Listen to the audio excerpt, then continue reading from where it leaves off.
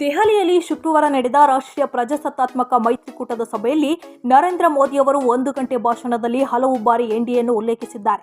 ಆದರೆ ಕಳೆದ 10 ವರ್ಷಗಳಲ್ಲಿ ಎನ್ಡಿಎಯನ್ನು ಒಂದು ಬಾರಿ ಉಲ್ಲೇಖಿಸಿಲ್ಲ ಎಂದು ಕಾಂಗ್ರೆಸ್ ವಾಗ್ದಾಳಿ ಮಾಡಿದೆ. ಎನ್ಡಿಎಯನ್ನು ನಿತೀಶ್ ಮತ್ತು ನಾಯ್ಡು ಡಿಪೆಂಡೆಂಟ್ ಮೈತ್ರಿಕೂಟ ಎಂದು ಟೀಕಿಸಿದ ಕಾಂಗ್ರೆಸ್ ಸಂಸತ್, ಸಂಕೀರ್ಣದಲ್ಲಿರುವ ರಾಷ್ಟ್ರೀಯ ಪ್ರತಿಮೆಗಳ ತಿರುವು ಕುರಿತು ಮೋದಿ ಸರ್ಕಾರ ಜನರಿಗೆ ವಿವರಣೆಯನ್ನು ನೀಡಬೇಕಿದೆ ಎಂದು ಕಾಂಗ್ರೆಸ್ ನಾಯಕ ಪವನ್ ಖೇರ್ ಹೇಳಿದ್ದಾರೆ. ಮಹಾತ್ಮ ಗಾಂಧಿ, ಅಂಬೇಡ್ಕರ್ ಮತ್ತು ಛತ್ರಪತಿ ಶಿವಾಜಿ ಇತರರ ಪ್ರತಿಮೆಗಳನ್ನು ಸಂಸತ್ತಿನ ಆವರಣದಲ್ಲಿ ಸ್ಥಳಾಂತರಿಸಲಾಗಿದೆ. ಈ ಕ್ರಮವನ್ನು ಕಾಂಗ್ರೆಸ್ ಕಟುವಾಗಿ ಟೀಕಿಸಿದೆ ಮತ್ತು ಅವುಗಳನ್ನು ಅವರ ಪ್ರಾಮುಖ್ಯತೆಯ ಸ್ಥಳಗಳಿಂದ ಸ್ಥಳಾಂತರಿಸಲಾಗಿದೆ ಎಂದು ಆರೋಪಿಸಿದೆ. ಹತಾಶೆಯಿಂದ ಮತ್ತು ಬಿಜೆಪಿ ಸ್ಪಷ್ಟ ಬಹುಮತವನ್ನು ಗಳಿಸಿದ ಕೋಪವನ್ನು ಹೊರಹಾಕುವ ಯತ್ನದಲ್ಲಿ ಸರ್ಕಾರ ಈ ರಾಷ್ಟ್ರೀಯ ಐಕಾನ್ಗಳ ಪ್ರತಿಮೆಗಳನ್ನು ತೆಗೆದುಹಾಕಿದೆ ಎಂದು ಖೇರ್ ಆರೋಪಿಸಿದ್ದಾರೆ.